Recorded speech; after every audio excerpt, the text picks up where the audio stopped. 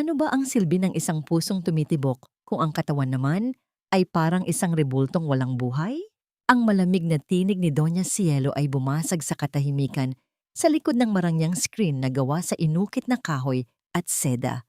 Sa kabilang panig ng silid, ang amoy ng mamahaling French perfume at mga sariwang lili ay sapat na upang mahilo ang sino mang hindi sanay sa luho.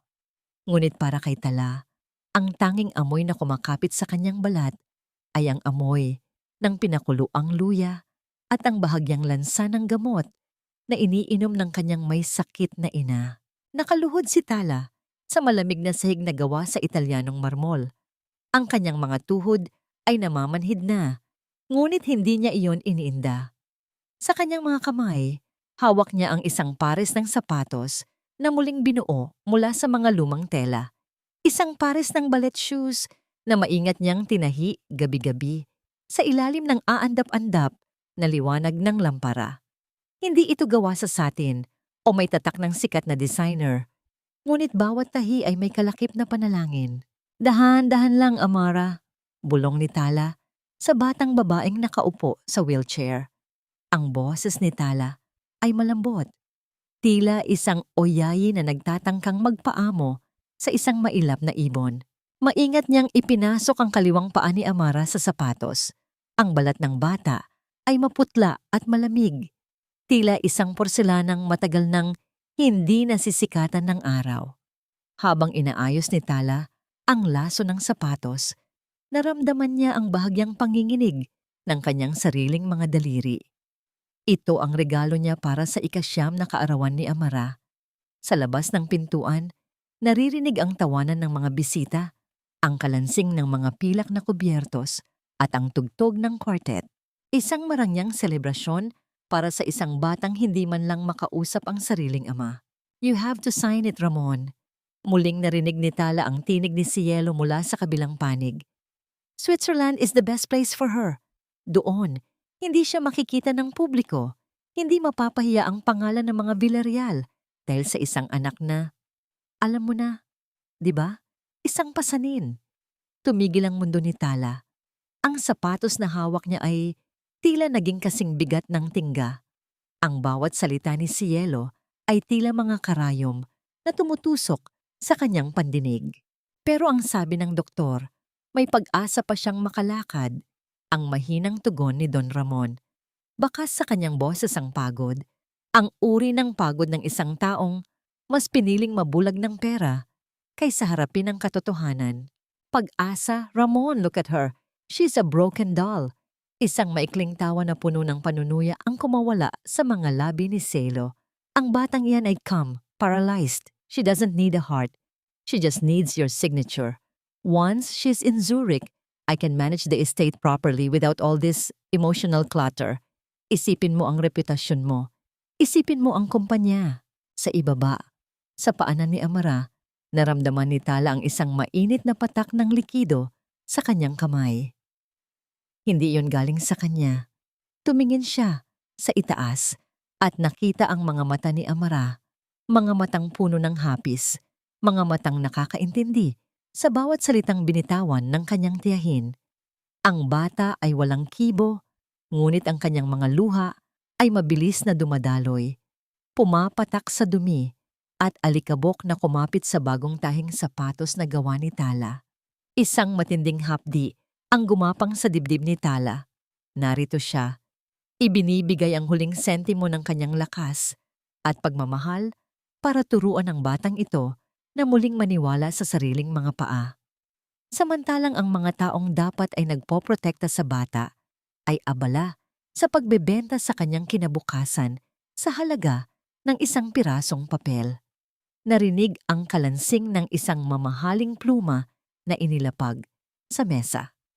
Ang tunog na yon ay tila isang hatol ng kamatayan para sa kaluluwa ng bata. Isang pirasong tela lang ito, Tala.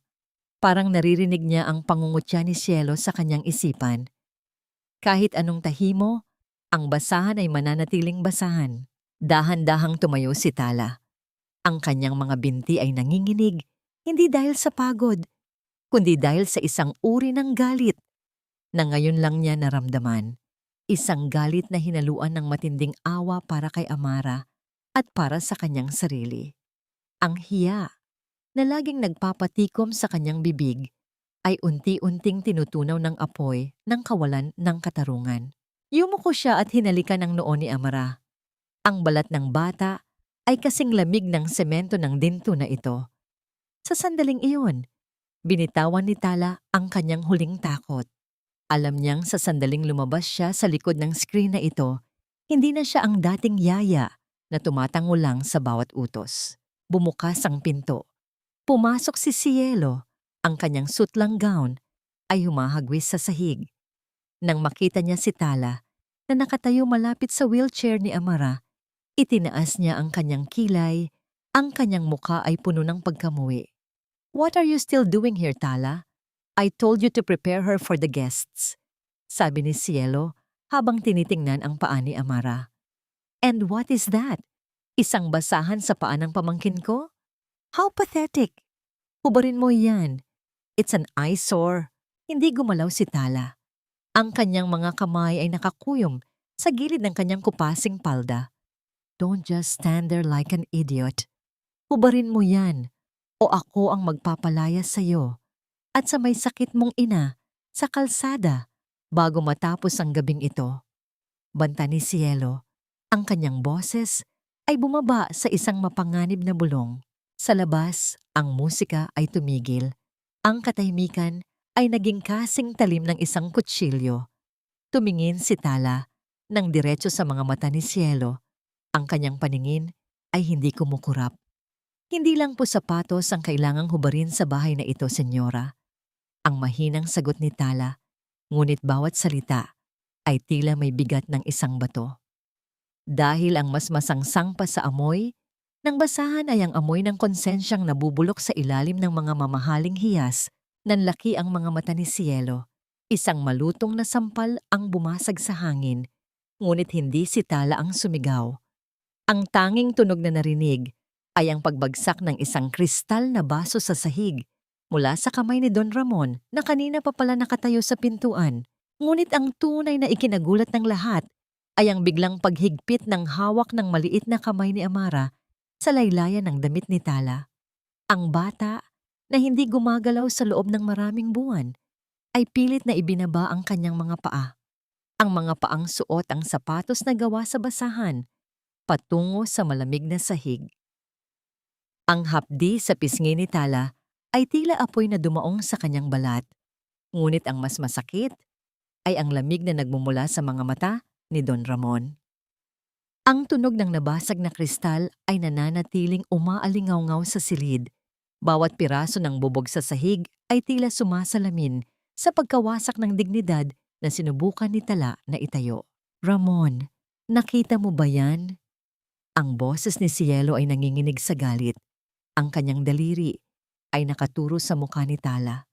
"This girl, this nobody, dared to insult me.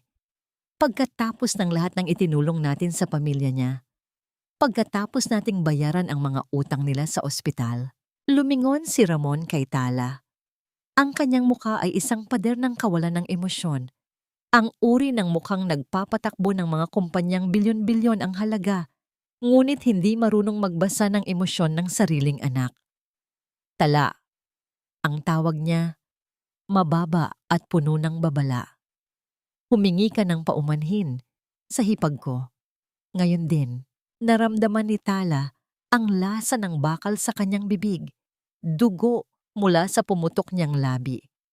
Ang bawat hibla ng kanyang pagkatao ay gustong sumigaw, gustong sabihin ang lahat ng narinig niya sa likod ng screen.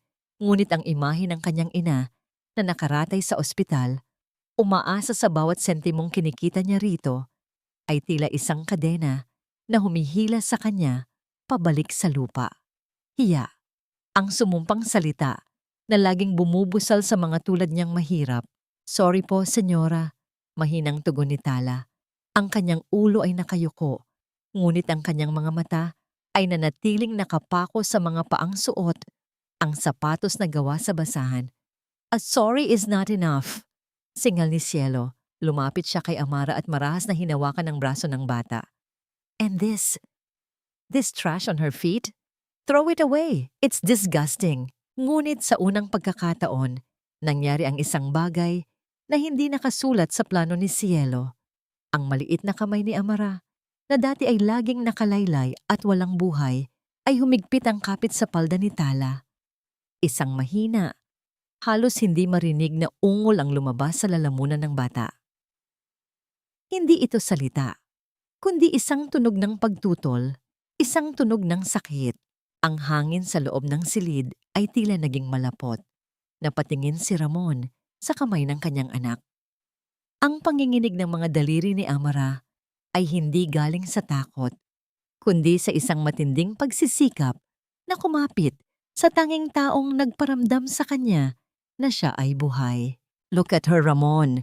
Muling sigaw ni Cielo, sinusubukang bawiin ang atensyon. The child is having a fit. Sinasabi ko sa'yo, she's getting worse because of this woman. We need to send her to Switzerland immediately. Masisira lang ang buhay mo kung mananatili rito ang batang yan na ganyan. Ang boses ni Tala ay muling bumangon. Sa pagkakataong ito ay mas matatag, hindi na bulong. Ang anak niyo po ay hindi ganyan, Don Ramon. Si Amara ay isang bata. May nararamdaman, may naririnig, at higit sa lahat, may pusong mas buhay pa kaysa sa mga taong nakapaligid sa kanya ngayon. Hinarap ni Tala si Ramon. Binaliwala ang nanlilisik na mga mata ni Cielo. Ang sapatos na tinatawag niyang basahan. Iyan ang unang bagay na ginusto ni Amara na isuot. Hindi dahil mahal, kundi dahil may pag-asa. Don Ramon, kung pipirmahan niyo ang papel na yan, hindi niyo pinapagaling ang anak niyo. Itinatapon niyo siya para hindi kayo maabala. Isang mabigat na katahimikan ang namayani. Ang amoy ng mamahaling pabango ni Cielo ay tila nakikipagbuno sa amoy ng pawis at determinasyon ni Tala. Enough! Ang huling salita ni Ramon. Cielo, lumabas ka muna. I want to talk to Tala. Alone. Namutla si Cielo. Ang kanyang mga labi ay nanginig sa galit at gulat. Ramon, you're choosing to listen to this servant? I said out, ang sigaw ni Ramon, na nagpayanig sa mga kristal na dekorasyon sa silid. Nang makaalis si Cielo na may kasamang pabagsak na pagsasara ng pinto, naiwan ang tatlo sa gitna ng silid. Ang marangyang liwanag ng chandelier ay tila naghuhubad sa lahat ng kanilang itinatago. Lumapit si Ramon kay Amra. Dahan-dahan, tila natatakot na baka mabasag ang bata, ay lumuhod siya sa harap ng wheelchair. Ang kanyang malalaking kamay ay lumapit sa paa ng bata, doon sa sapatos na gawa sa lumang tela. Totoo ba? Ang tanong ni Ramon. Ang boses ay basag. Totoo bang narinig niya ang lahat? Tumingin si Tala kay Amara. Ang bata ay nakatingin din sa kanyang ama. Isang luhang muling gumulong mula sa kanyang mata. Higit pa sa pandinig, Don Ramon, sagot ni Tala. Naramdaman niya ang pagtalikod niyo. Ngunit bago pa makasagot si Ramon, isang malakas na katok ang muling bumasag sa usapan. Ang mayordomo ng bahay ay pumasok, ang muka ay putlang-putla. Don Ramon, may mga pulis po sa labas. Hinahanap po si Tala. May reklamo po si Doña Cielo ng pagnanakaw ng alahas. Ang bawat yabag ng sapatos ng mga pulis sa makintab na sahig ay tila mga martilyo na nagpapako sa huling piraso ng dangal ni Tala. Sa harap ng lahat ng katulong, sa ilalim ng mapanghusgang titig ng mga bisitang kanina lang, ay kay sasaya sa selebrasyon, nakatayo si Tala na tila isang kriminal na hinatulan na bago pa man simulan ang paglilitis. Nasa loob ng bag niya ang relos, officer. Kanina ko pa hinahanap iyan pagkatapos niyang pumasok sa silid ko. Ang tinig ni Cielo ay puno ng pekeng panginginig. Tila isang biktima na labis na nasaktan. Walang nagawa si Tala kundi panoorin ang mararahas na kamay ng mga awtoridad habang nilalathala ang laman ng kanyang luma at kupasing bag. Doon, Sa pagitan ng kanyang baon na tinapay at ng maliit na bote ng alkohol, kuminang ang isang gintong relos na pinalalamutian ng mga diamante. Ang bawat kislap nito ay tila isang tawa ng pangungutya sa kanyang mukha. Hindi sa akin iyan, mahinang sabi ni Tala, ngunit ang kanyang boses ay tila nalunod sa ingay ng bulong-bulungan ng mga tao. Hindi ko kailanman hinawakan ang gamit ng iba. Ang mga magnanakaw, Tala, ay hinding-hindi aamin hanggat hindi nakakulong, sagot ni Cielo, sabay baling kay Ramon. Ramon, ito ba ang pinagtatanggol mo? Isang mapagsamantalang babae na ginagamit ang anak mo para makalapit sa mga ari-arian natin? Nanatiling tahimik si Ramon. Ang kanyang mga mata ay nakapako sa relos, pagkatapos ay kay Amara, na ngayon ay muling naging tila isang estatwa sa kanyang wheelchair. Ang hangin sa loob ng dinto ay naging kasing lamig ng yelo. Huwag niyo siyang ikulong. Ang boses ni Ramon ay bumasag sa katahimikan. Hindi ito boses ng pagtatanggol, kundi boses ng isang taong gustong matapos na ang lahat. Bitawan niyo siya.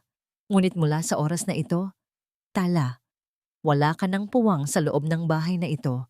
Umalis ka, bago ko pa mabago ang isip ko. Ang sakit ng pagkakaitakwil ay mas matindi pa kaysa sa sampal ni Cielo. Para kay Tala, ang pag-alis ay hindi lang kawalan ng trabaho. Ito ay pag-iwan kay Amara sa gitna ng mga lobo. Pinalabas si Tala sa gate ng mansyon. Bit-bit ang kanyang bag na tila mas mabigat na ngayon dahil sa dalang kahihiyan. Ngunit hindi siya lumayo. Nanatili siya sa gilid ng mataas na pader kung saan ang amoy ng usok mula sa Pasig River ay humahalo sa amoy ng mga basang damo. Doon, sa gitna ng kanyang pagluha, narinig niya ang isang kakaibang tunog mula sa loob ng bakod. Hindi tunog ng violin o quartet, kundi isang masayang ritmong nagmumula sa pagpalo ng kahoy sa isang latang walang laman.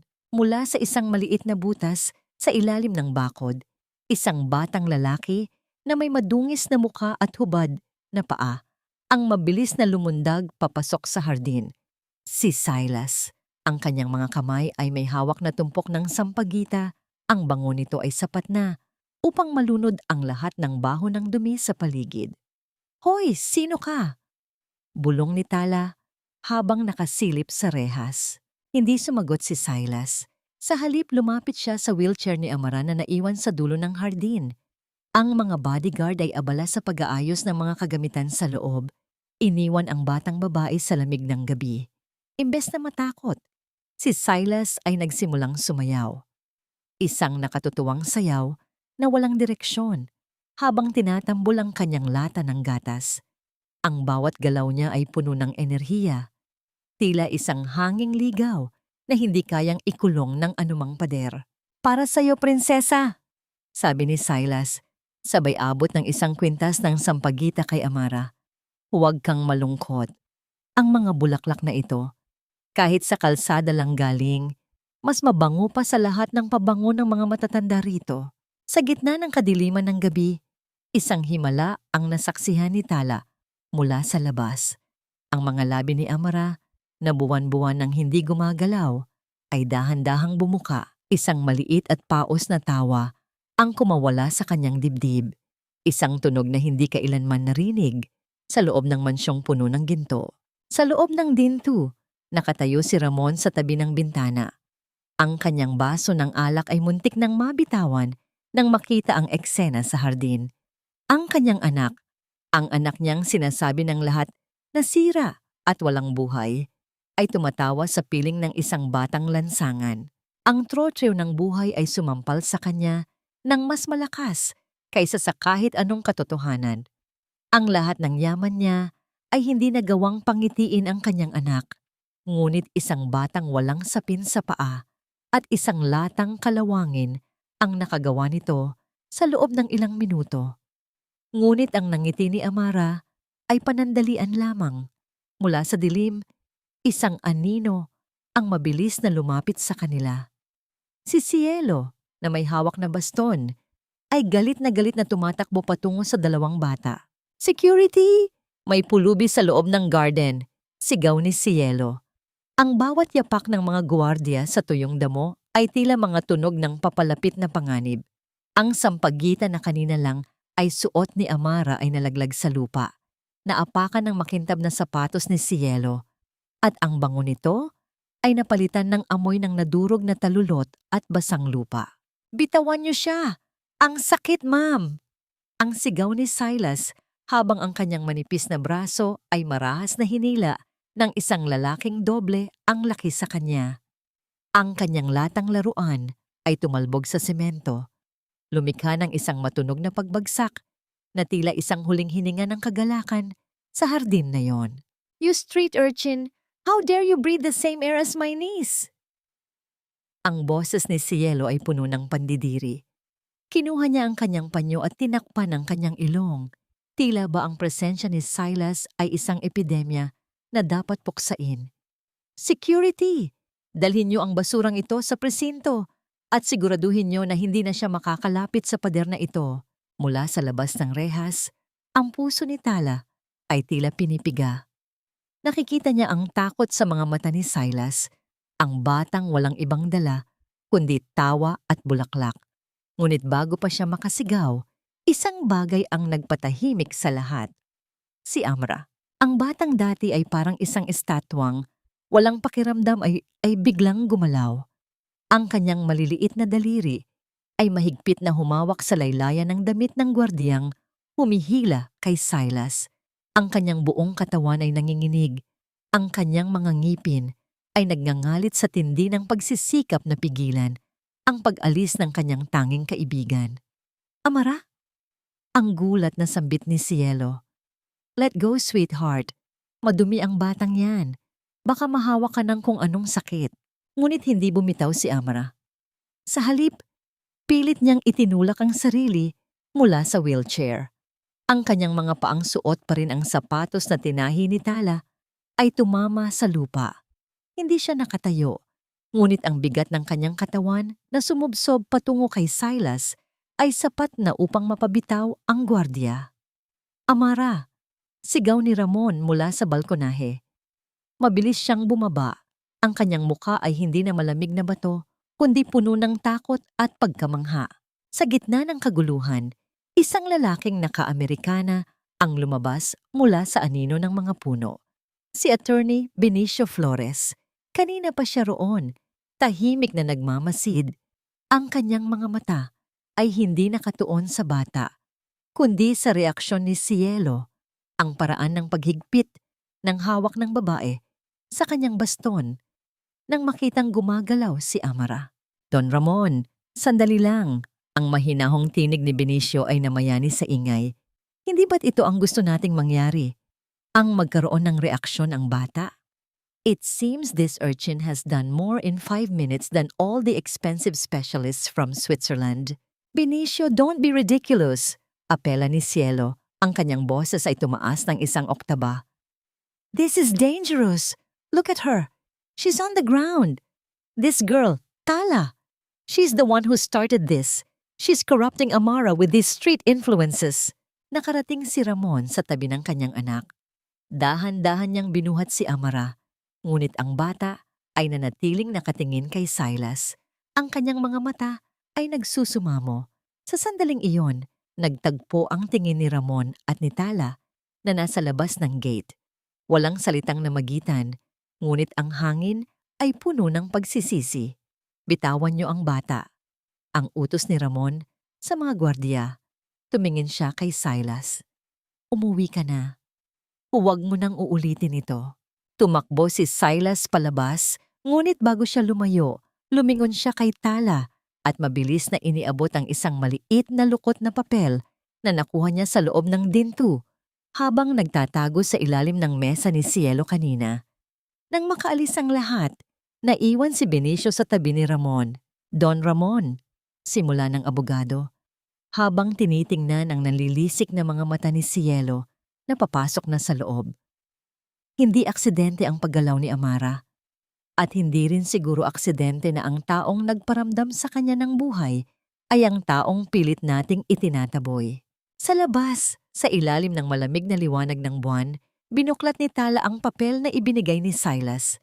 Ang kanyang mga kamay ay nanginig nang makita ang mga numero at mga pangalan ng kumpanya, mga dokumentong hindi dapat hawak ng isang bata at lalong hindi dapat itinatago ni Cielo. Ito ang simula ng isang lihim na alyansa. Isang alyansa sa pagitan ng isang yaya na itinakwil, isang abogadong nagdududa, at isang batang lansangan na marunong makinig sa mga bulong ng dinto. Ngunit sa loob ng mansyon, sa madilim na silid ni Cielo, isang bagong plano ang nabubuo.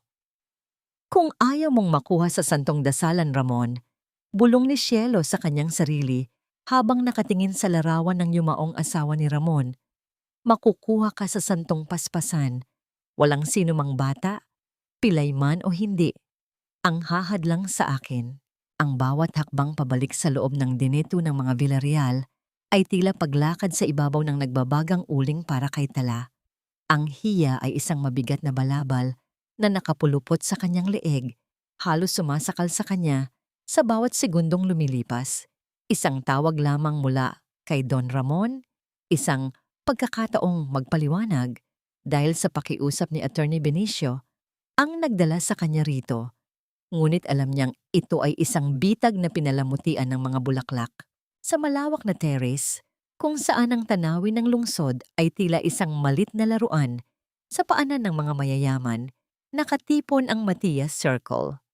Isang grupo ng mga matataas na lipunan na kaibigan ni Cielo, ang halimuyak ng Earl Grey tea at ang amoy ng bagong hurnong macaroons ay humahalo sa amoy ng mamahaling pulbos at hairspray. Oh, narito na pala ang ating prodigal yaya. Ang malambing, ngunit nakatutulig na tinig ni Cielo ang sumalubong kay Tala. Nakatayo si Tala sa dulo ng terrace. Ang kanyang suot na kupasing blusa ay tila isang mantsa sa gitna ng mga puting mantel at kristal na kagamitan. Nararamdaman niya ang mga mata ng mga matatandang babae na tila sumusuri sa bawat himaymay ng kanyang pagkatao. Hinahanap ang bakas ng magnanakaw na ipininta ni Cielo sa kanilang mga isipan. Don't be shy, Tala. Halika rito. Muling tawag ni Cielo. Ang kanyang nangiti ay hindi umaabot sa kanyang mga mata. I was just telling my friends how compassionate our family is. Inurong namin ang demanda dahil alam naming kailangan mo ng pera para sa dialysis ng nanay mo. We Filipinos are very big on utang na loob, right? Isang mahinang tawanan ang kumawala sa grupo. Ang bawat hagik-hik ay tila isang sampal sa dangal ni Tala. Dahil narito ka na rin lang, bakit hindi mo kami paglingkuran? Ang utos ni Cielo, sabay turo sa teapots. Ang mga katulong ay abala sa paghahanda ng silid ni Amara. Since you're so good at serving our family, be a dear and pour the tea. Nanginginig ang mga kamay ni Tala habang hinahawakan ang mainit na porselana. Ang init ng teapot ay tila tumatagos sa kanyang palad, ngunit mas matindi ang init ng kanyang mukha sa tindi ng kahihiyan. Habang nagsasalin siya, naririnig niya ang mga bulong sa kanyang paligid. Siya ba yung kumuha ng Rolex? Sayang, mukhang disente pa naman. Ganyan talaga ang mga yan, basta gipit, kahit anino ng amo kukunin. Tala? Ang mahinang tawag ni Ramon nakakalabas lang mula sa glass door. Nakita niya ang eksena, ang kanyang anak na si Amara na nakatingin mula sa malayo, at si Tala na ginagawang tagapagsilbi ng kanyang hipag sa harap ng maraming tao. Ramon, honey, look, Tala is helping us out, masayang sabi ni Cielo habang kumuha ng isang macaron. She's so grateful na hindi natin siya ipinakulong, right, Tala? Sabihin mo sa kanila kung gaano kami kabait sa'yo. Huminga ng malalim si Tala. Sa kanyang bulsa, naramdaman niya ang lukot na papel na ibinigay ni Silas kagabi. Isang maliit na piraso ng katotohanan na nagbibigay sa kanya ng lakas na huwag tuluyang gumuho. Opo, senyora, ang sagot ni Tala. Ang kanyang boses ay malamig at matigas, tila isang batong hinulog sa tubig. Lahat po ng kabutihang ginawa niyo sa akin at sa pamilya ko ay hinding-hindi ko makakalimutan.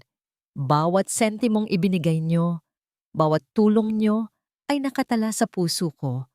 Kasama na ang lahat ng mga bagay na itinuro nyo sa akin tungkol sa kung paano magpahalaga sa pamilya.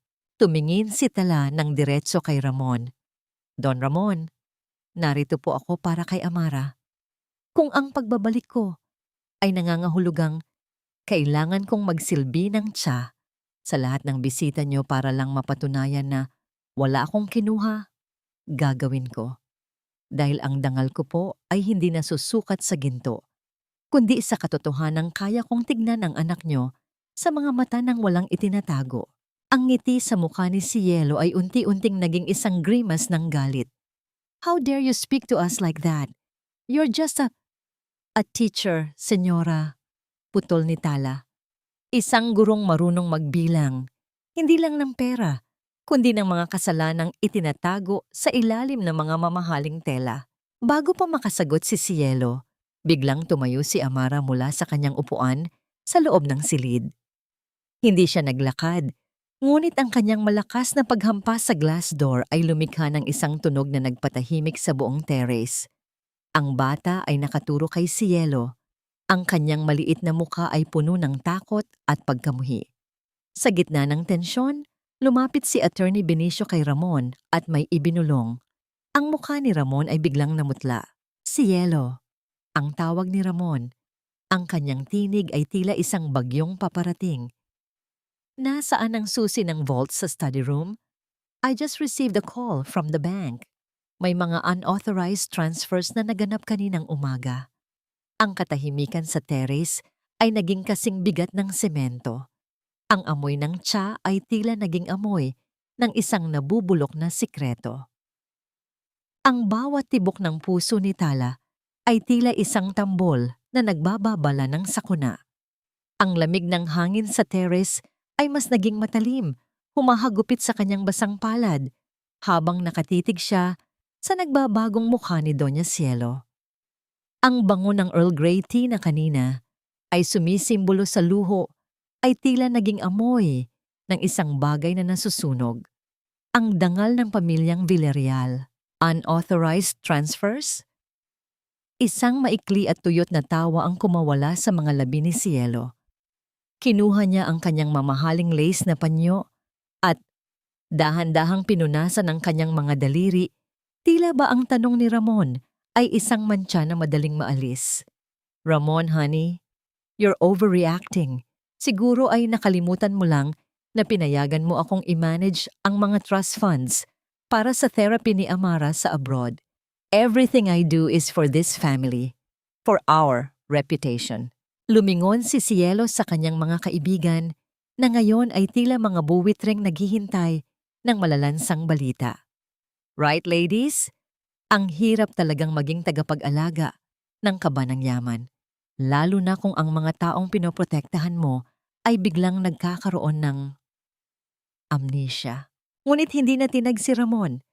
Ang kanyang mga mata ay nanatiling nakatitig sa screen ng kanyang telepono, kung saan makikita ang mga listahan ng transaksyong hindi dumaan sa kanyang kaalaman.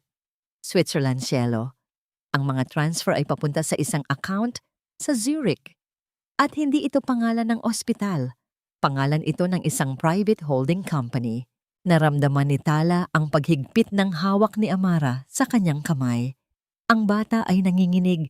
Ang kanyang maliliit na kuko ay halos bumaon sa balat ni Tala. Alam ni Tala ang takot na yon. Ang takot ng isang ibon na nakakulong sa ginintuang hawla, batid na ang pintuan ay muling isasara. Iyon ay para sa seguridad ng bata. Giit ni Cielo, ang kanyang boses ay tumaas, nawawala ang kaninang tamis. Dahil sa mga taong nakapaligid sa kanya ngayon, mga taong tulad ni Tala, kailangang ilayo ang yaman ni Amara sa mga mapagsamantala. I was just making sure na walang makakakuha ng kahit isang sentimo mula sa batang ito. Biglang humarap si Cielo kay Tala. Ang kanyang mga mata ay nanlilisik sa ilalim ng makapal na maskara. Ikaw, ano ang ipinakita mo kay Ramon? Anong kamandag ang itinanim mo sa isip ng bayaw ko? Ang katotohanan lang po, senyora. Mahinang sagot ni Tala. Dinukot niya mula sa kanyang bulsa ang lukot na papel na ibinigay ni Silas. Ang dokumentong nagpapatunay na ang treatment center sa Switzerland ay isa palang pasilidad para sa mga taong may malalang mental disability na permanenteng itinatago sa publiko. Isang lugar kung saan ang mga pasyente ay hindi pinapagaling, kundi kinakalimutan. Switzerland is not a hospital for Amara, sabi ni Tala. Ang kanyang tinig ay nanginginig sa galit. It's a prison. Isang kulungan para kapag nandoon na siya, wala nang makakahadlang sa inyo na hawakan ang lahat ng ari-arian na para sa kanya. Isang malakas na pagsinghap ang nagmula sa mga bisita. Ang hiya na kanina ay pasan ni Tala ay tila lumipat at bumalot kay Cielo. Ang mukha ng Donya ay naging kasing putla ng chalk. Ang kanyang labi ay nanginig sa paghahanap ng salitang gagamitin para manggaslight. You lying peasant! Sigaw ni Cielo. Sa tindi ng galit, hinablot niya ang isang tasang puno ng mainit na tsaa at akmang isasaboy ito sa mukha ni Tala. Ngunit bago pa tumama ang mainit na likido, isang kamay ang humarang. Si Attorney Benicio. Ang tsa ay tumalsik sa kanyang mamahaling tuxedo, ngunit hindi siya kumurap.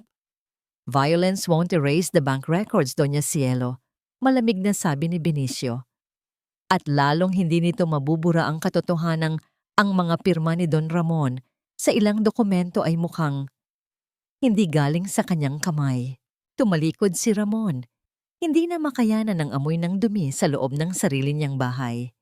Benicio, ilak ang study room.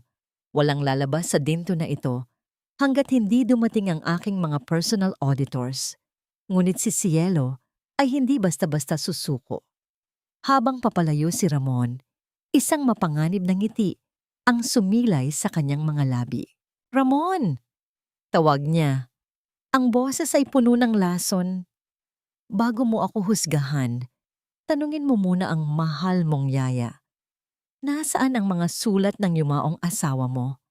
Ang mga sulat na nagpapatunay na hindi ikaw ang tunay na ama ni Amara?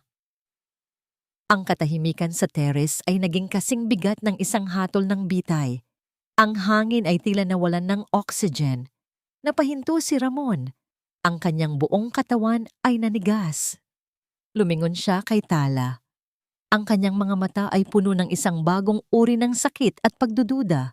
Sa gilid, si Amara ay binitawan ng kamay ni Tala. Ang bata ay tumingin sa kanyang ama. Pagkatapos ay kay Tala, bago dahan-dahang tumalikod at pilit na kinaladkad ang kanyang mga paa patungo sa madilim na bahagi ng bahay. Ang bawat salitang binitawan ni Cielo ay tila mga tipak ng yelong bumabagsak sa dibdib ni Ramon. Dinudurog ang anumang init ng pag-asa na kamakailan lang ay nabuo sa kanyang puso. Ang katahimikan sa terrace ay naging kasing pait ng lason. Ang bawat bisita ay tila naging mga rebultong saksi sa isang trahedyang mas malala pa sa pagnanakaw ng pera, ang pagnanakaw ng pagkatao at dangal. Walang hiya ka, Cielo. Ang boses ni Ramon ay halos pabulong, ngunit ang talim nito ay sapat na upang humiwa ng kaluluwa. Ang kanyang mga kamay ay nanginginig habang nakatingin sa papalayong anino ni Amara.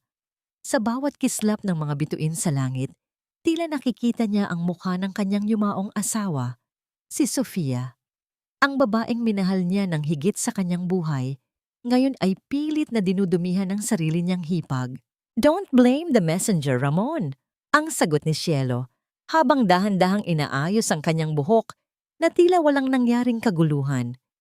I kept those letters for years to protect you.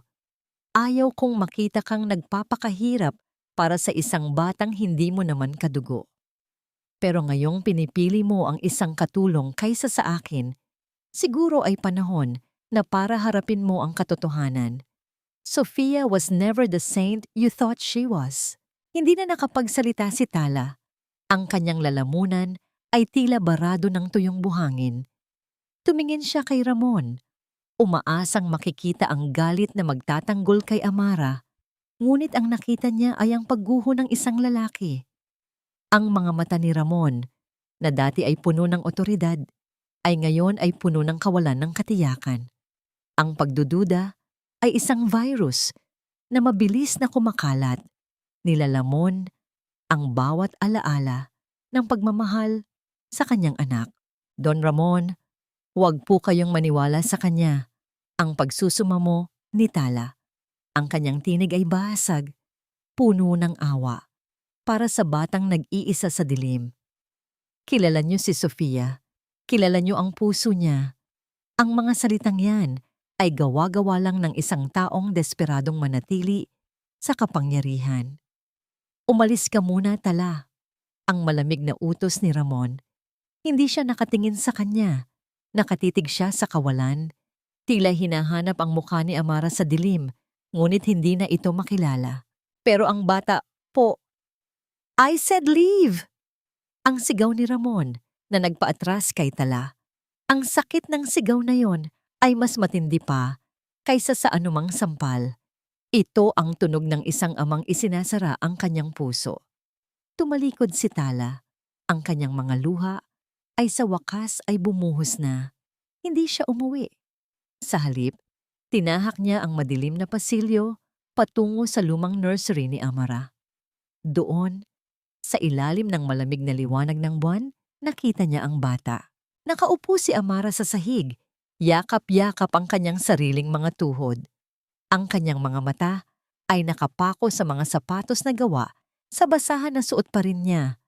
Walang tunog na lumalabas sa kanyang bibig, ngunit ang bawat paghikbi ng kanyang maliit na balikat ay tila isang sigaw na humihingi ng tulong. Lumapit si Tala at naupo sa tabi ng bata.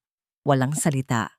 Ang amoy ng alikabok at lumang mga laruan ay humahalo sa amoy ng sampagwitang natuyo na sa buhok ni Amara. Dahan-dahang kinuha ni Tala ang kamay ng bata at inilagay ito sa kanyang dibdib. Ganito na lang ba ang halaga ko? Ganito na lang ba ang halaga ng pagmamahal nating dalawa, Amara? Bulong ni Tala sa kanyang sarili sa wikang Tagalog. Ang kanyang puso ay nagtatanong kung bakit ang mundong ito ay mas pinapahalagahan ang dugo kaysa sa tunay na pagkalinga. Sa sandaling iyon, napansin ni Tala ang isang bagay sa ilalim ng kama ni Amara. Isang lumang kahon na gawa sa kahoy na tatakpan ng makapal na alikabok. Ito ang kahon kung saan itinatago ni Sofia ang kanyang mga personal na gamit. Bago siya namatay, nanginginig ang mga kamay ni Tala habang binubuksan ang kahon. Sa loob, nakita niya ang isang tumpok ng mga sobre. Ngunit bago pa niya mabasa ang kahit isang salita, isang anino ang tumakip sa kanila. I expected you'd come here. Ang tinig ni Cielo ay nanggaling sa pintuan. May hawak siyang lighter sa kanyang kamay. Ang maliit na apoy nito ay sumasayaw sa kanyang mga mata. You're too predictable, Tala. Gusto mong maging bayani? Gusto mong patunayan na mali ako? Dahan-dahang lumapit si Cielo. Ang bawat hakbang niya ay tila isang hatol. Give me those letters. Ngayon din. O sisiguraduhin kong hindi lang ang trabaho mo ang mawawala, kundi pati ang buhay ng nanay mo sa ospital. One call. Tala. One call and the machine stop. Napatitig si Tala sa apoy ng lighter at sa mga sulat sa kanyang kamay. Ang hiya at takot ay muling nakikipagbuno sa kanyang determinasyon. Sa gilid ng kanyang mata, nakita niya si Amara na nakatingin sa kanya, naghihintay ng kanyang susunod na galaw. Ang bawat kislap ng apoy mula sa lighter ni Cielo ay tila isang mabalasik na babala sa loob ng madilim na silid. Ang amoy ng butane ay humahalo sa amoy ng lumang papel at alikabok. Isang kombinasyon na nagpapabigat sa bawat paghinga ni Tala. Sa harap niya, ang babaeng itinuring na haligi ng tahanan ay naghuhubad na ng huling saplot ng kanyang pagkatao. Inilalantad ang isang halimaw na handang sunugin ang lahat para sa kapangyarihan. Isang pindot ko lang sa cellphone ko, Tala, at hihinto ang pagdaloy ng gamot sa katawan ng nanay mo. Ang bulong ni Cielo, ang boses ay kasing lamig ng bakal na dumaan sa yelo. Ano ang pipiliin mo? Ang mga sulat ng isang patay na babae? O ang huling hininga ng nanay mong naghihingalo? Don't be a martyr. Ang mga martir ay kinakalimutan, pero ang mga praktikal ay nabubuhay ng marangya. Naramdaman ni Tala ang panlalamig ng kanyang mga paa. Ang hiya na laging nagpapayuko sa kanya ay unti-unting napapalitan ng isang malalim na pagkamuhi. Tumingin siya sa mga sulat sa kanyang kamay.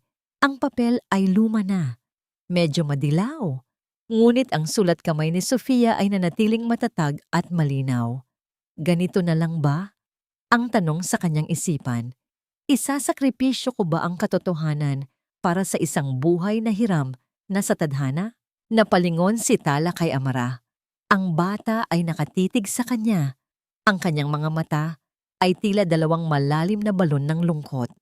Sa sandaling iyon, naramdaman ni Tala ang isang maliit na kalabit sa kanyang palda. Si Amara, sa kabila ng kanyang panghihina, ay dahan-dahang umiling. Ang bata ay handang mawalan ng lahat. Huwag lang mawala ang katotohanan. Isang matinding tapang ang bumangon sa dibdib ni Tala. Hindi ito ang tapang ng isang bayani sa pelikula, kundi ang tapang ng isang babaeng wala ng balak pang magpaapi. Senyora, ang nanay ko po ay tinuruan akong mabuhay nang may dangal. Ang sagot ni Tala. Ang kanyang boses ay hindi na nanginginig. Mas pipiliin niyang mamatay nang alam na ang kanyang anak ay hindi naging kasabwat sa isang krimen kaysa mabuhay sa ilalim ng perang galing sa pagnanakaw ng kinabukasan ng isang bata. Nanlaki ang mga mata ni Cielo. Ang apoy sa kanyang kamay ay muntik nang mapadapo sa kanyang sariling daliri sa tindi ng gulat. You ungrateful servant. Akala mo ba ay pakikinggan ka ni Ramon pagkatapos ng mga sinabi ko sa kanya? Hindi niyo po kailangang takutin ang nanay ko dahil ang tawag na sinasabi niyo, huli na kayo, sabi ni Tala habang itinataas ang kanyang sariling cellphone na kanina pa nakatago sa ilalim ng mga sulat. Kanina pa pong nakabukas ang linya ko kay Attorney Benicio. Narinig niya ang lahat ng pagbabanta niyo. Ang bawat salita tungkol sa paghinto ng gamot, tungkol sa mga sulat, at tungkol sa tunay niyong pakay. Isang nakabibinging katahimikan ang namayani. Ang amoy ng takot ay tila lumipat kay Cielo. Sa labas ng pintuan, narinig ang mabibigat na yabag ng sapatos. Ang pinto ay bumukas at iniluwa si Don Ramon. Kasunod si Benicio. Ang mukha ni Ramon ay hindi na puno ng pagdududa, kundi ng isang matinding puot na nakatuon kay Cielo.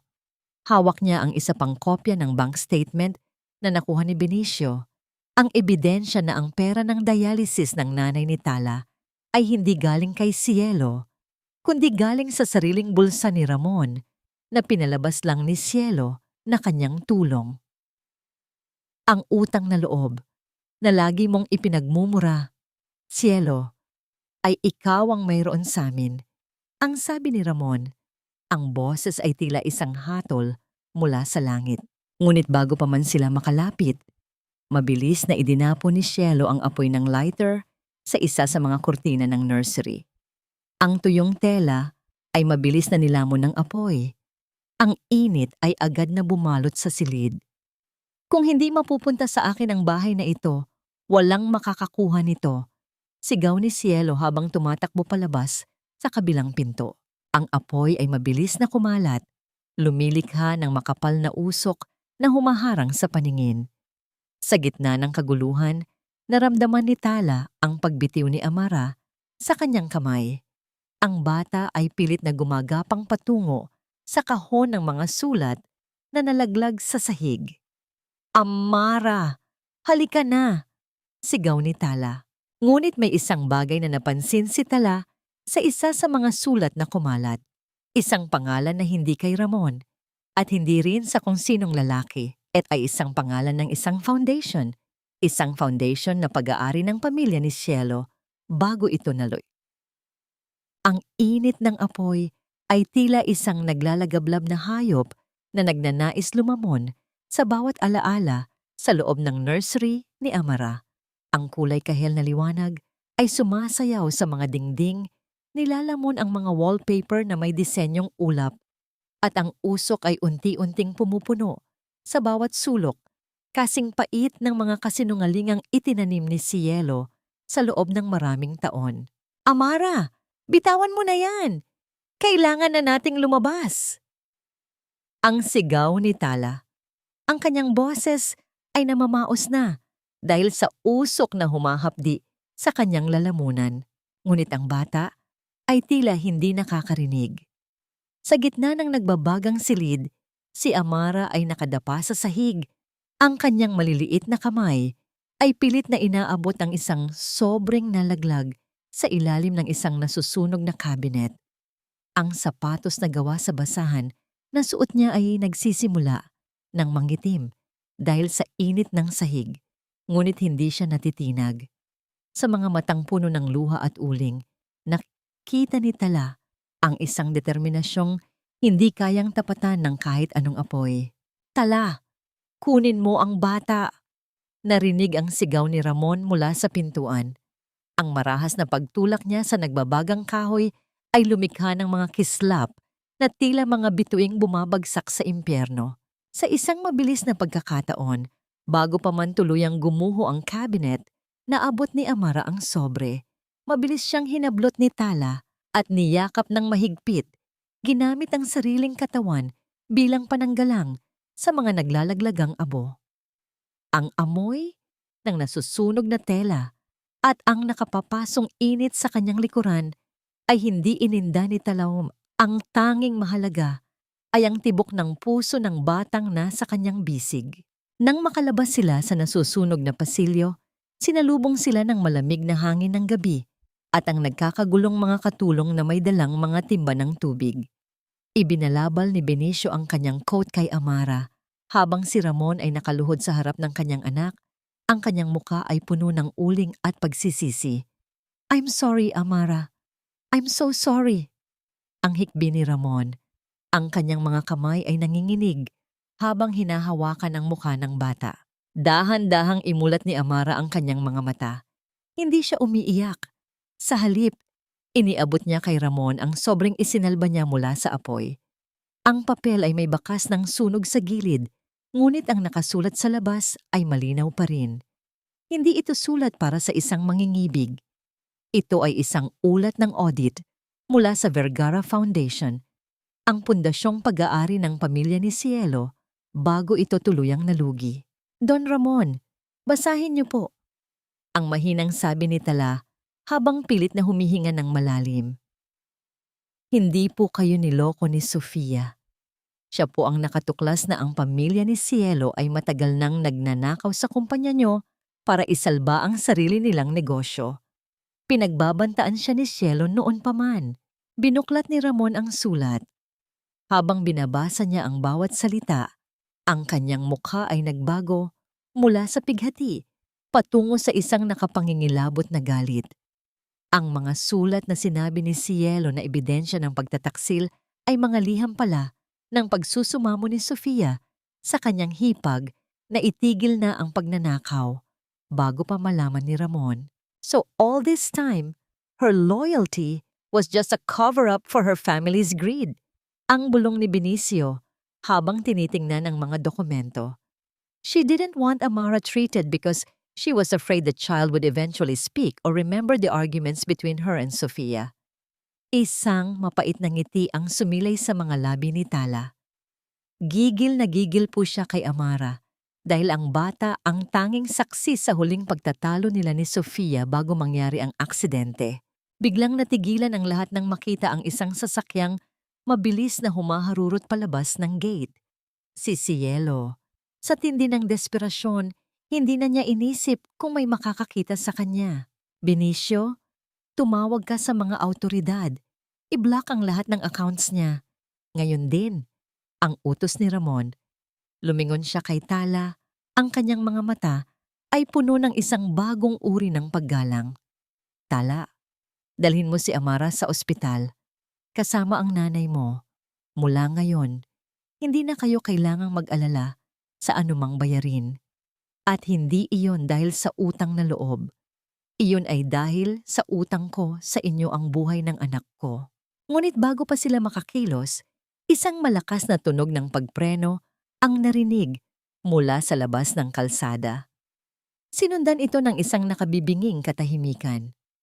Mula sa malayo, makikita ang mga ilaw ng sasakyan ni Cielo na nakatagilid sa gilid ng tulay ng Pasig, ang mismong lugar kung saan namatay si Sofia. Ang usok mula sa nasunog na silid ay tila nakikipaghalikan sa abu-abong langit ng madaling araw, habang ang lamig ng hangin sa Pasig ay nagdadala ng amoy ng kalawang at basang semento. Doon sa gilid ng tulay, kung saan ang mga ilaw ng kalsada ay tila mga nanunuya na mata, nakasubsob ang mamahaling sasakyan ni Cielo.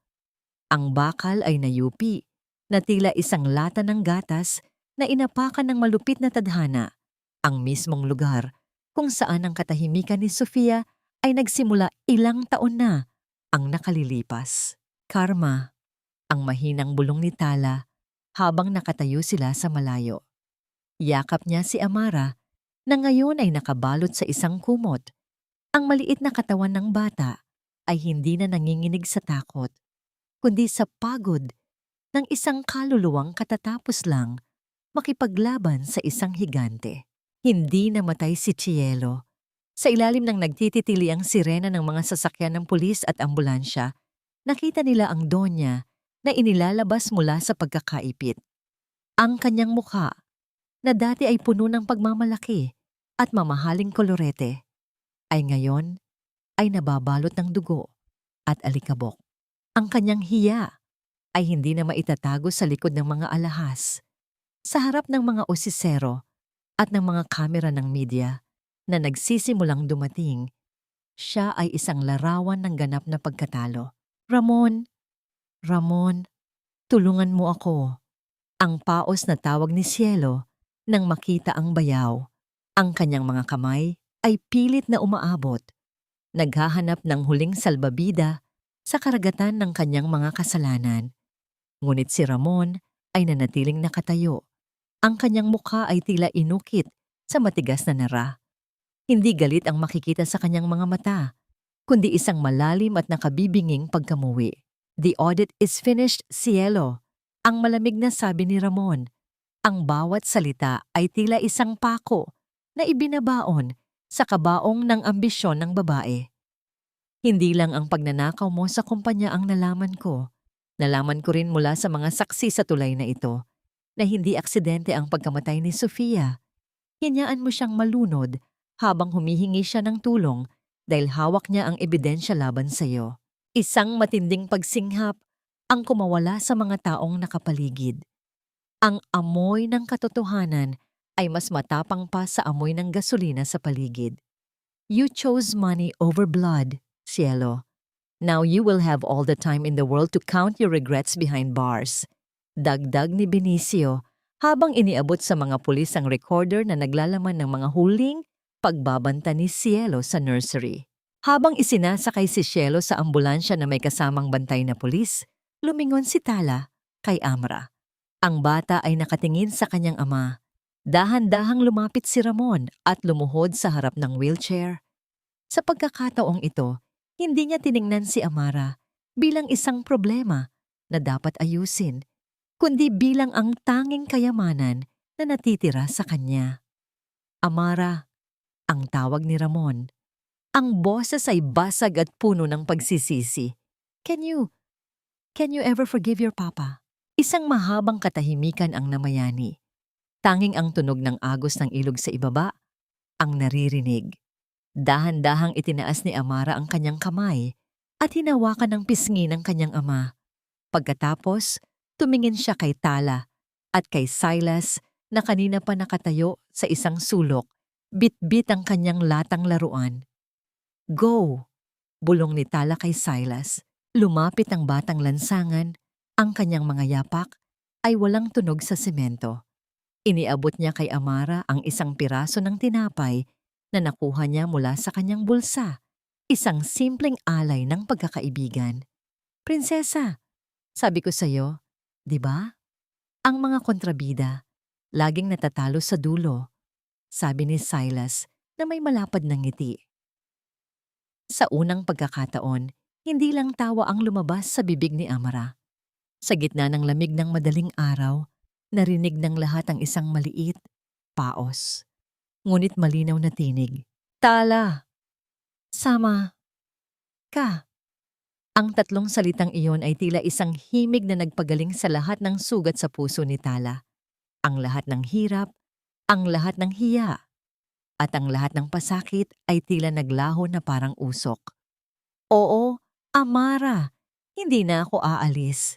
Ang sagot ni Tala, habang ang kanyang mga luha ng kagalakan ay pumapatak sa sapatos na gawa sa basahan na suot ng bata. Ang bawat paghinga ni Tala sa loob ng silid ng ospital ay hindi na kasing bigat ng dati. Ang amoy ng antiseptic at malinis na linen ay tila isang banal na pabango na naglilinis sa lahat ng dumi at hapdi ng nakaraan. Sa tabi ng kama ng kanyang ina, nakaupo si Tala, pinagmamasdan ng dahan-dahang pag-angat at pagbaba ng dibdib ng babaeng nagbigay sa kanya ng lahat ng lakas. Maayos na ang lahat, bulong ni Tala habang hinahaplos ang kulubot na kamay ng ina. Ang dialysis machine ay patuloy sa paggawa, ngunit ngayon, wala nang takot na baka bukas ay bigla itong huminto dahil sa kakulangan ng pera. Ang bawat patak ng gamot ay tila isang pangako ng bagong buhay. Bumukas ang pinto at pumasok si Don Ramon. Hindi na siya ang lalaking may matikas na tindig at malamig na tingin. Ang kanyang balikat ay tila bumagsak na, ngunit may isang uri ng kapayapaan sa kanyang mga mata na hindi kailanman nakita noon.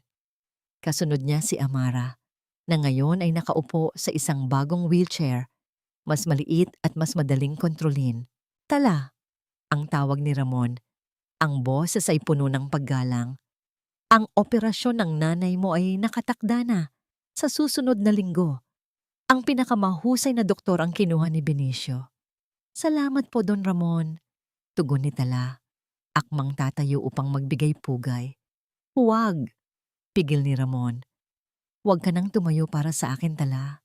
Pagkatapos ng lahat ng ginawa mo para kay Amara, ako ang dapat lumuhod sa harap mo. Lumapit si Amara sa kama. May hawak siyang isang maliit na kwaderno.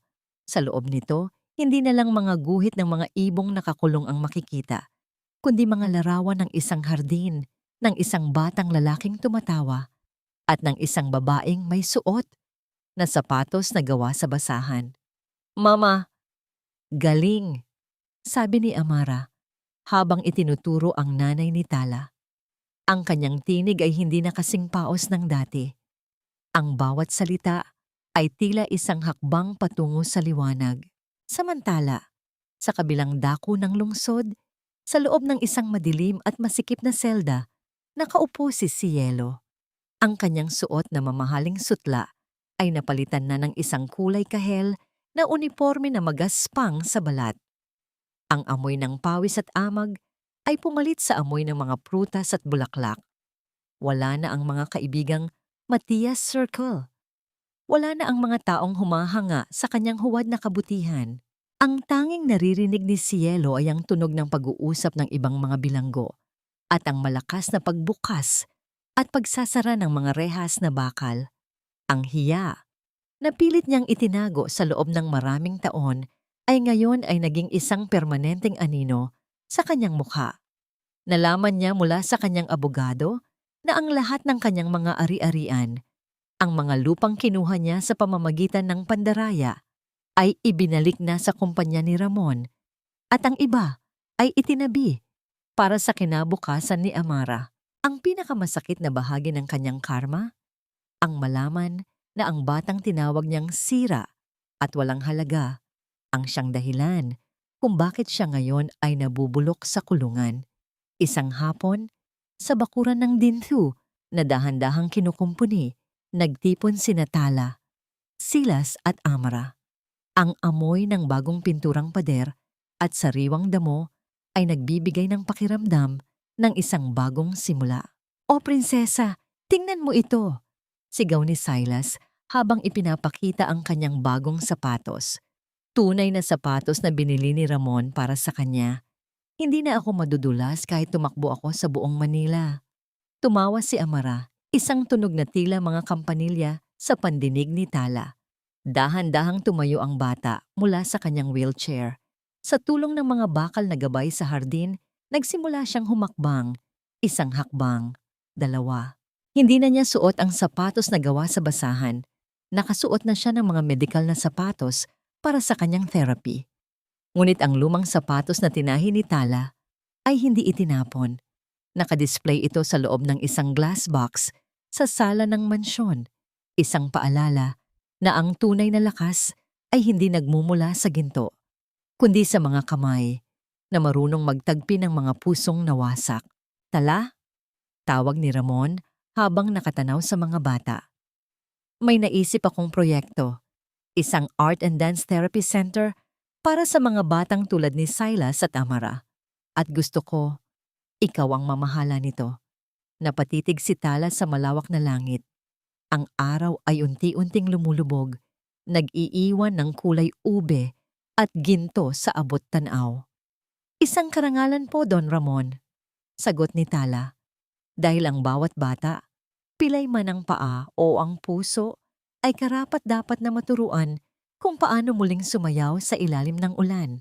Ang bawat sinag ng araw na tumatagos sa mga bintana ng bagong bukas na Sofia at Amara Healing Arts Center ay tila mga daliri ng liwanag na humahaplos sa mga sugat ng nakaraan.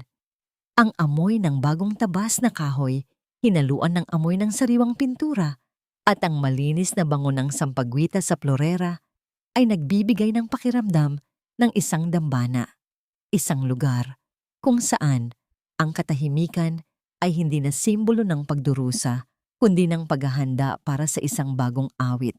Nakatayo si Tala sa gitna ng malawak na bulwagan. Ang kanyang suot ay hindi na ang kupasing blusa na puno ng mantsa ng luha at pawis, kundi isang maayos na uniforme ng isang guro at tagapangasiwa. Ang kanyang tindig ay tuwid. Ang kanyang mga mata ay hindi na nakayuko sa hiya. Natutunan niya na ang tunay na dangal ay hindi nakukuha sa pagtahimik sa harap ng pang-aapi, kundi sa pagtayo para sa mga taong walang boses. Teacher Tala, look! Ang ganda ng kulay na pinili ko. Ang masayang tawag ni Silas. Nakasuot na si Silas ng isang malinis na polo shirt at maayos na pantalon. Ang kanyang mga paa ay hindi na hubad at puno ng dumi. Suot niya ang sapatos na matagal niyang pinangarap. Ngunit higit sa lahat, suot niya ang dignidad ng isang batang nag-aaral na. Hawak niya ang isang brush at sa kanyang canvas ay makikita ang isang makulay na bahaghari na bumabalot sa isang maliit na bahay. Napakahusay, Silas. Ang kulay ng pag-asa ay laging matingkad. Nakangiting sagot ni Tala. Sa isang sulok, nakaupo si Amara kasama ang iba pang mga bata na may iba't ibang kapansanan. Hindi na siya ang batang laging nakatingin sa kawalan. Hawak niya ang kamay ng isang batang lalaking bulag at dahan-dahan niyang ginagabayan ang kamay nito sa ibabaw ng isang ukit na kahoy. Ang kanilang ugnayan ay hindi kailangan ng mga salita. Ang init ng kanilang mga palad ay sapat na upang magkaintindihan. Pumasok si Don Ramon sa bulwagan, dala ang isang dokumento mula sa korte. Ang kanyang mukha ay mas magaan na. Ang mga linyang dulot ng stress ay tila unti-unti nang nabubura ng mga ngiti ng kanyang anak. Tala, nakuha ko na ang balita mula kay Benicio. Ang sabi ni Ramon. Ang boses ay mahinahon. Ang hatol kay Cielo ay pinal na. Reclusion perpetua. Wala siyang pagkakataong makalabas. Ang lahat ng perang ninakaw niya ay opisyal nang nailipat sa trust fund ng center na ito. Isang malalim na hininga ang pinakawalan ni Tala. Ang karma ay hindi laging dumarating sa paraang madugo. Kung minsan ito ay dumarating sa paraan ng isang malamig at malungkot na pag-iisa sa loob ng 4 na sulok ng selda, kung saan ang tanging kasama mo ay ang multo ng iyong mga kasalanan. Don Ramon, hindi lang pera ang naibalik natin, tugon ni Tala.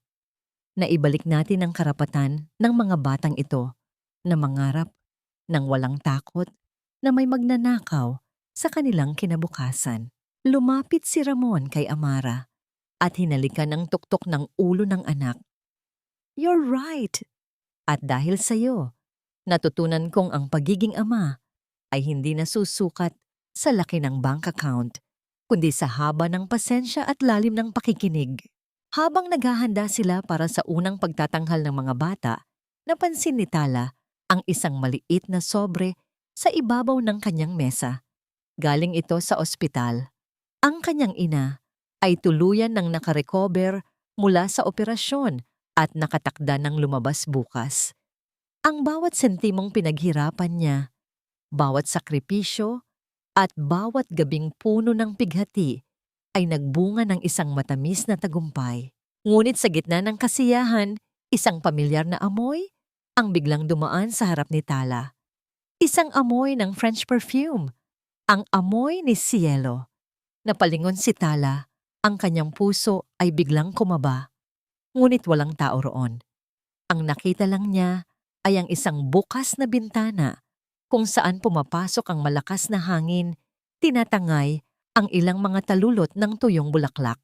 Ang nakaraan ay maaari pang mag-iwan ng bakas, ngunit hindi na nito kayang diktahan ang kasalukuyan. "Teacher Tala, magsisimula na po ang sayaw," tawag ni Amara. Ang salitang teacher mula sa bibig ni Amara ay tila isang musika na nagpapatayo ng balahibo ni Tala. Dahan-dahang lumakad si Tala patungo sa gitna ng entablado, handang gabayan ang mga bata sa kanilang unang pagtatanghal. Ang bawat galaw ng mga bata sa gitna ng bulwagan ay tila isang dula ng muling pagkabuhay. Ang amoy ng pawis na hinaluan ng amoy ng pulbos at sampagwita ay nagbibigay ng buhay sa silid na dati ay puno lamang ng katahimikan at alikabok. Walang kumpas ng konduktor, tanging ang ritmong nagmumula sa pagpalakpak ni Silas at ang mahinang pag-awit ni Tala ang nagsisilbing gabay sa kanilang mga yapak. Nakatayo si Amara sa gitna. Ang kanyang mga binti ay may suot na manipis na braces, ngunit ang kanyang tindig ay may tatag na hindi matatagpuan sa kahit anong bakal. Sa kanyang tabi, ang isang batang may Down syndrome ay masayang umiikot. Ang kanilang mga kamay ay magkahawak, tila dalawang kaluluwang nagtatagpi ng isang bagong mundo. "Look at her, Tala," ang mahinang sabi ni Ramon habang nakatayo sa tabi ng pintuan. Ang kanyang boses ay puno ng pagkamangha. Ang uri ng pagkamanghang dati ay inilalaan lang niya sa mga graph ng kanyang kumpanya. "She's not just walking.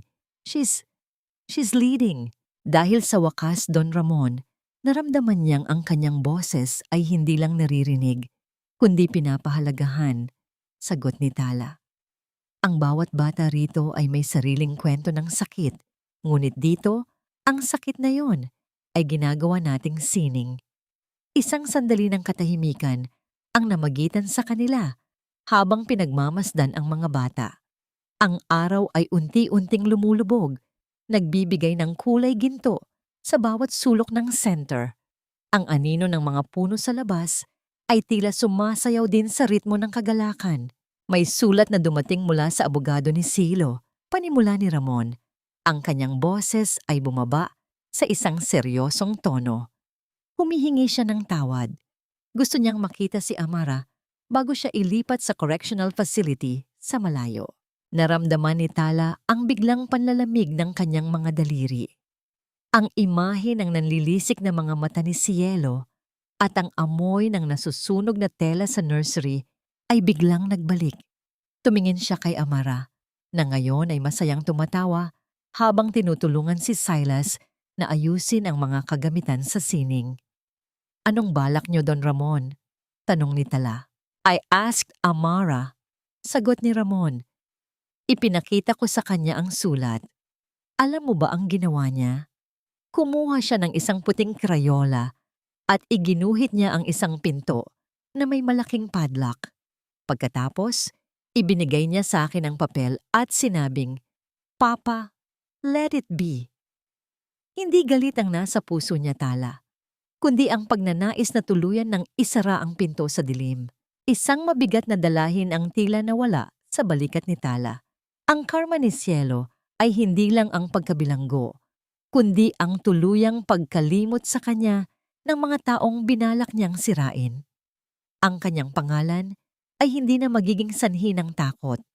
Ito ay magiging isang malabong alaala na lamang ng isang pagkakamaling hindi na muling uulitin. Teacher Tala, kain na po tayo. Sigaw ni Silas habang dala ang isang tumpok ng pandesal at mainit na tsokolate. Ang amoy ng mainit na tinapay ay humalo sa hangin. Isang amoy na nagpapaalala sa lahat ng simpleng kaligayahan na ipinagkait sa kanila noon. Umupo sila sa sahig. Ang bilyonaryong si Ramon, ang dating yaya na si Tala, ang batang lansangan na si Silas, at ang tagapagmana ng mga Villarreal na si Amara.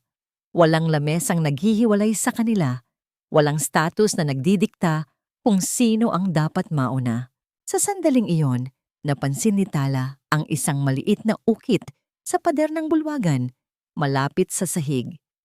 Isang ukit ng isang maliit na sapatos. Hinawakan niya ito at napangiti. Ganito na lang ba ang halaga natin? Bulong niya sa sarili. Inaalala ang kanyang dusa noon. Ang sagot ay dumating sa anyo ng isang mahigpit na yakap mula kay Amara. Mahal, kita, Tala. Ang malinaw na sabi ng bata. Hindi na kailangan ni Tala ng kahit anong yaman o titulo. Ang marinig ang kanyang pangalan na binibigkas ng may pagmamahal ng batang itinuring niyang sarili ay ang pinakamalaking tagumpay na maaari niyang makamit. Ang bawat sulok ng Sofia at Amara Healing Arts Center ay nababalot ngayon ng kislap ng maliliit na bumbilya, tila mga alitap-tap na nag-aanyaya sa isang gabi ng pagdiriwang. Ang amoy ng sariwang sampagitan na nakatali sa bawat poste ay nananaig sa amoy ng mga mamahaling pabango ng mga panauhin. Ngayong gabi, ang unang anibersaryo ng center at ang mga dating kaibigan ni Cielo, ang mga taong dati ay tumitingin kay Tala ng may pangmamata, ay narito ngayon, pilit na nakikihalo sa ingay ng kagalakan. Nakatayo si Tala. Sa gilid ng buffet table, tinitiyak na maayos ang lahat. Isang babaeng may makapal na kwintas na perlas at mukhang laging nakataas. Ang kilay ang lumapit sa kanya. Isa ito sa mga matatandang kaibigan ni Cielo na dati ay bumubulong tungkol sa magnanakaw na yaya. So it's true then, simula ng matanda, habang tinitingnan si Tala mula ulo hanggang paa. You've really moved up in the world, Tala. From a common maid to a director. Ang galing mo namang humanap ng backer. Naramdaman ni Tala ang pamilyar na kurot ng hiya sa kanyang dibdib. Ngunit hindi siya yumuko. Ang kanyang kamay ay marahang humawak sa tela ng kanyang barong style na blusa. Ang init ng kanyang balat ay tila nagpapaalala sa kanya ng lahat ng hirap na pinagdaanan niya para marating ang kinatatayuan niya ngayon. Ang tawag po doon ay tiwala. Senyora, mahinahong sagot ni Tala. Ang kanyang mga mata ay diretso at hindi kumukurap. Tiwala na hindi nabibili ng kahit anong perlas, kundi kinikita sa pamamagitan ng katapatan at pagmamahal sa trabaho. At kung moving up po ang tawag niyo sa pagtulong sa mga batang walang boses, tanggap ko po ang inyong obserbasyon. Ang matanda ay tila nabulunan sa sarili niyang tsa. Bago pa ito makasagot, lumapit si Attorney Benicio. May hawak na baso ng juice. Indeed, sabi ni Benicio. Ang kanyang tinig ay may halong babala. Tala is the heart of this foundation. Without her, it's just another building. And Don Ramon wouldn't have it any other way. Sa kabilang bahagi ng bulwagan, nakita ni Tala si Silas na abala sa pag-aayos ng kurbata ni Amara, isang maliit na ribon sa kanyang buhok. Ang bata ay nakatayo ng mag-isa. Hindi na kailangan ng suporta ng wheelchair. Ang bawat hakbang ni Amara ay may kasamang marahang kalansing ng mga dekorasyon sa kanyang sapatos, isang tunog na tila musika sa pandinig ng lahat. Amara, Ready ka na? Tanong ni Silas. Ang kanyang mukha ay seryoso, tila isang matanda. Ready, Silas? Para kay Mama, sagot ni Amara. Ang boses ay puno ng determinasyon. Nagsimula ang programa. Ang bawat bata sa center ay nagpakita ng kanilang talento.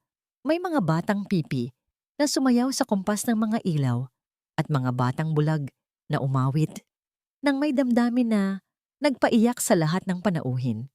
Sa gitna ng pagtatanghal, isang balita ang dumaan sa mga bisita. Isang balita mula sa loob ng correctional facility. Nabalitaan na si Cielo sa gitna ng kanyang pag-iisa ay tuluyan ng nawala sa katinuan.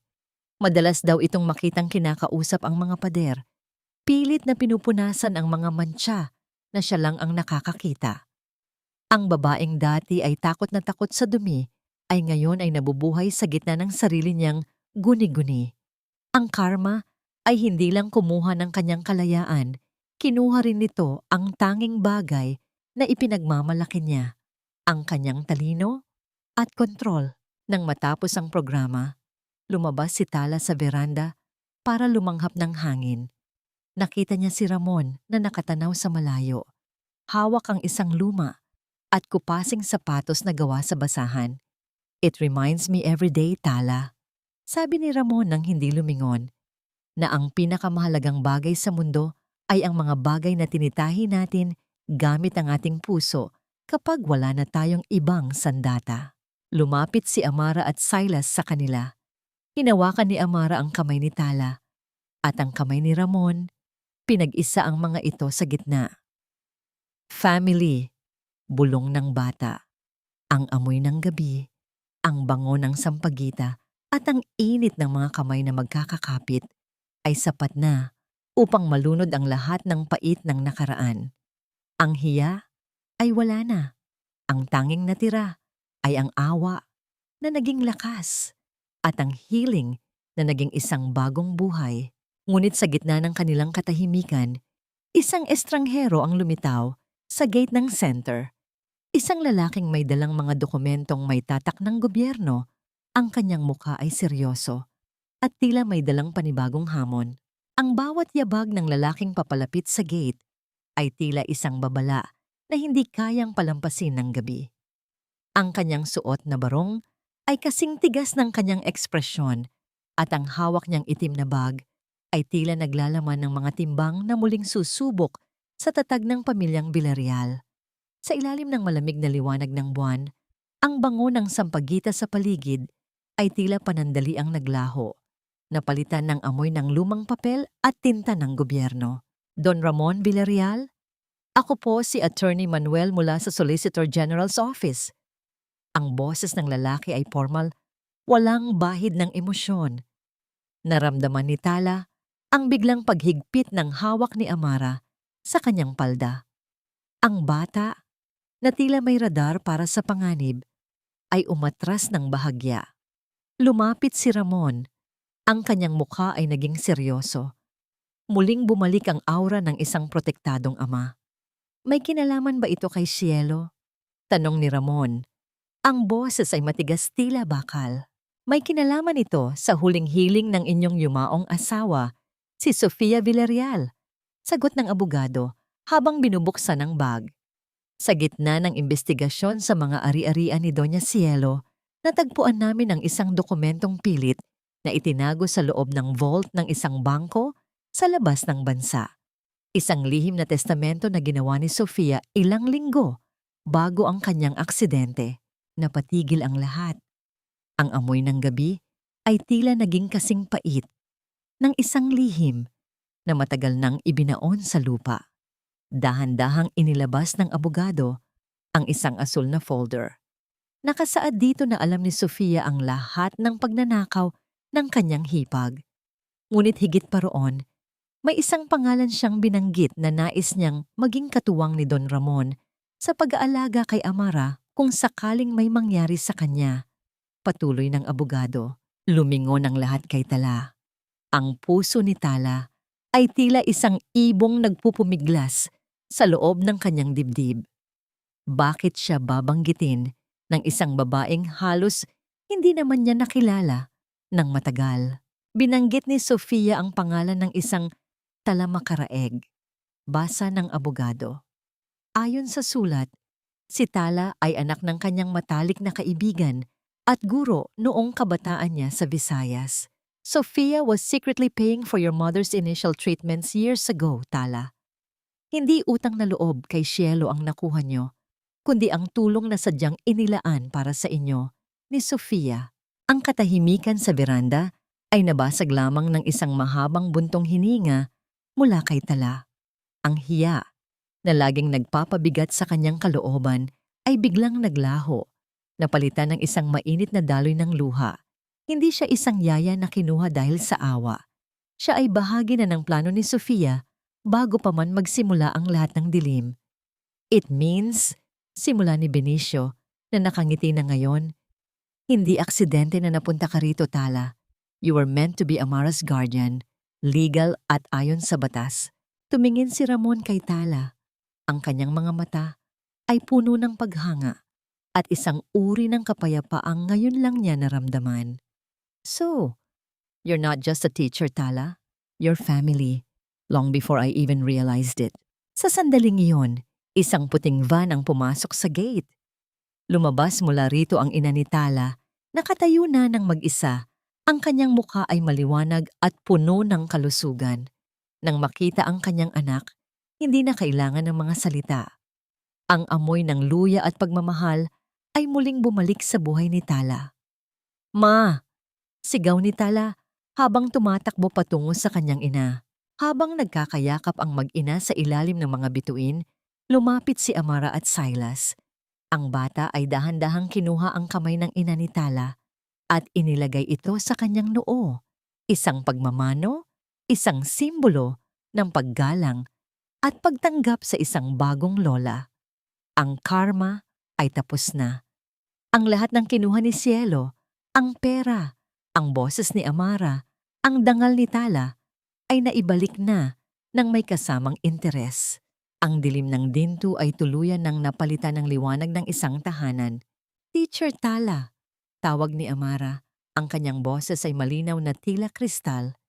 Tara na, sa loob. Ang hapon ay laging may dalang pangako ng kapayapaan sa bakuran ng Sofia at Amara Healing Arts Center. Ang amoy ng sariwang damo na nahahaluan ng bango ng sampagita ay tila isang banal na insenso na nagpapaalala sa lahat na ang bawat sugat, gaano man kalalim, ay may panahon ng paghilom. Wala na ang malamig at mapanghusgang hangin ng dinto. Ang tanging naririnto ay ang malayang paghinga ng mga kaluluwang nahanap na ang kanilang tahanan. Nakatayo si Tala sa veranda. Pinagmamasdan ng isang eksenang dati ay tila isang malayong pangarap lamang. Sa gitna ng luntiang damo, nakaupo si Don Ramon sa isang simpleng banig. Ang lalaking dati ay tanging mga kontrata at bilyon-bilyong halaga ng ari-arian ang hinahawakan ay may hawak na ngayong isang maliit na krayola. Pilit na sinusundan ang iginuguhit ni Amara. Papa, look, it's Silas's new school. Ang masayang sabi ni Amara. Ang boses ng bata ay hindi na kasing paos ng dati. Ang bawat salita ay dumadaloy ng may tiwala.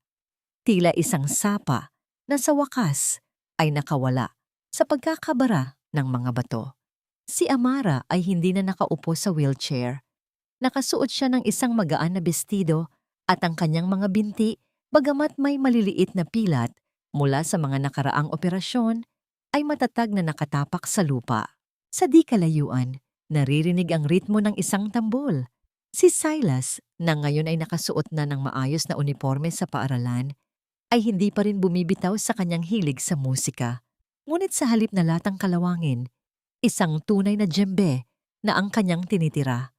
Ang bawat palo niya ay may kasamang tawa, isang tawa ng batang alam na mayroon siyang babalikang hapunan at isang ligtas na bubong sa gabi. Teacher Tala, sumali ka na sa amin, tawag ni Silas habang kumakaway. Ngumiti si Tala at dahan-dahang lumakad patungo sa kanila. Ang kanyang bawat hakbang ay magaan, malaya sa bigat ng hiya na dati ay tila nakakadena sa kanyang mga paa. Naalala niya ang unang gabi sa mansyon, ang sapatos na gawa sa basahan, ang sampal ni Cielo, at ang pakiramdam na siya ay walang halaga sa mata ng mundong mapanghusga. Ngunit ang karma ay may sariling paraan ng pagtutuwid sa kasaysayan. Nabalitaan nila na si Cielo ay nananatili sa loob ng pasilidad ng gobyerno, tuluyan ng nalimot ng lipunang dati ay pilit niyang pinapabilib. Ang kanyang tanging kayamanan ngayon ay ang mga anino sa pader na hindi siya kayang sagutin. Ang kawalan ng pagmamahal na itinanim niya ay siya ring inanin niya sa huli, isang malamig at walang hanggang pag-iisa. Teacher Tala, ang mahinang tawag ni Amara nang makalapit siya. Kinuha ng bata ang kamay ni Tala at inilagay ito sa kanyang pisngi. Salamat, dahil hindi ka bumitaw. Naramdaman ni Tala ang init ng luhang nagbabadyang pumatak. Ngunit sa pagkakataong ito, hindi ito luha ng wat-at o pait. Ito ay luha ng wagas na pasasalamat. Tumingin siya kay Ramon, na ngayon ay nakatayo na rin at nakatingin sa kanya ng may malalim na pagpapahalaga. Hindi lang si Amara ang iniligtas mo, Tala. Sabi ni Ramon, ang boses ay puno ng katapatan. Iniligtas mo rin ako sa sarili kong katarungan na binalot ng pera at takot. You taught us that the most beautiful steps are not the ones taken on marble floors, but the ones taken with a heart that knows how to love.